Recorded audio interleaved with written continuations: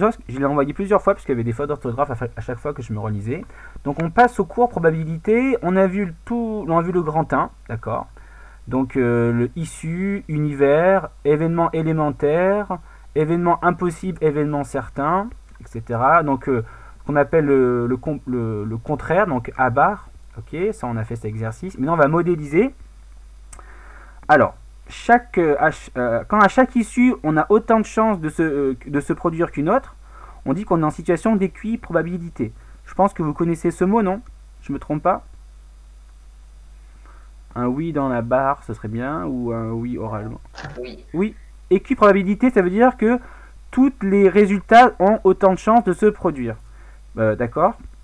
Par exemple, l'exemple classique, quand vous avez un dé non truqué, donc un dé à 6 faces numéroté de 1 jusqu'à 6, bien sûr, les résultats 1, 2, 3, 4, 5, 6, ils ont autant de chances d'apparaître. Encore, on a une chance sur 6 pour chacun des résultats, pour chacune des issues de cette expérience. C'est bon? Tout va bien? Oui. Par contre, si je truque mon dé, admettons, je mets un petit poids sur, voilà, j'essaye de répartir pas équitablement, si vous voulez, la masse sur le dé. Donc il y a des faces qui vont plus apparaître que d'autres. Enfin, ça existe des truqués.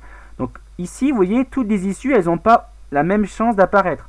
Par exemple, là, c'est un exemple. Le 1, il a une chance sur 12, alors que par exemple, le 4, il a une chance sur 4. Vous voyez, là, le 2, il a une chance sur 3. Vous voyez bien que toutes les issues, elles n'ont pas autant de chances de te réaliser que d'autres. D'accord? Donc là, on dit qu'on n'est pas en situation d'équiprobabilité. Ça, c'est, voilà, pour distinguer deux choses. Et maintenant, remarque importante, et ça va être important, là, quand je fais ce tableau-là, qu'à chaque issue de mon expérience, j'associe donc la probabilité, c'est ce que j'ai écrit ici.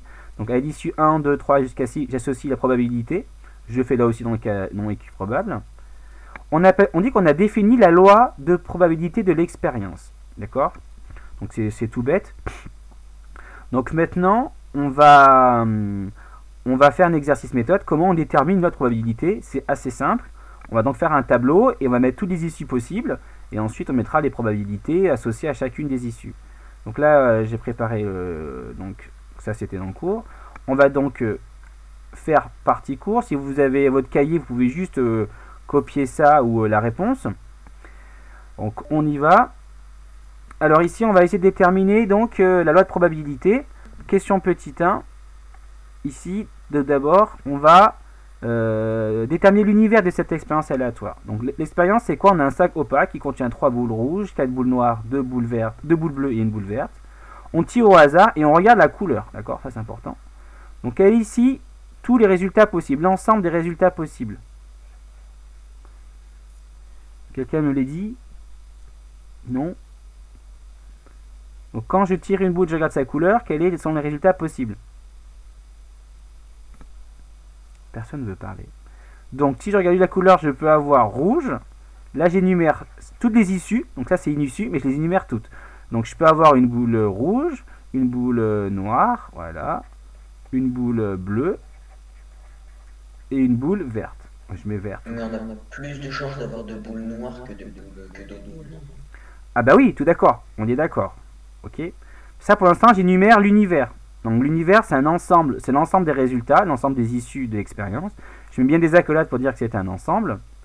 Et là justement on va déterminer la loi de probabilité de cette expérience. Donc on va faire un tableau. Donc on fait un tableau. Non pas ça que je voulais faire, je garde ça. Je fais un tableau comme ça. Hop. Là je fais comme ça.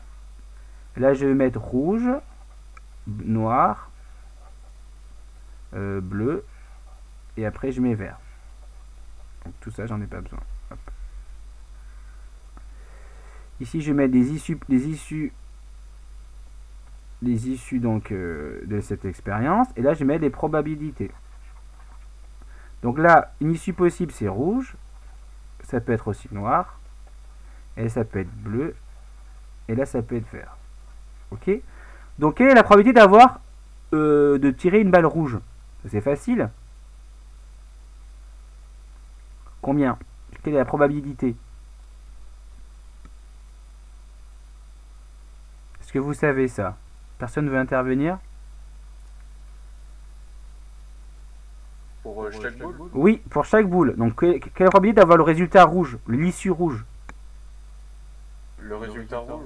Oui, On a une chance sur 3. Je veux dire, non, on a 3 chances sur 10. voilà. Comme elle a marqué Solène, 3 chances sur 10, donc j'écris 3 sur 10. Ici, donc, on a important. Pourquoi 10? On a 10 boules au total. Vous êtes d'accord? Oui. Donc c'est pour ça. Et comme on a 3 boules rouges, on a 3 chances sur 10.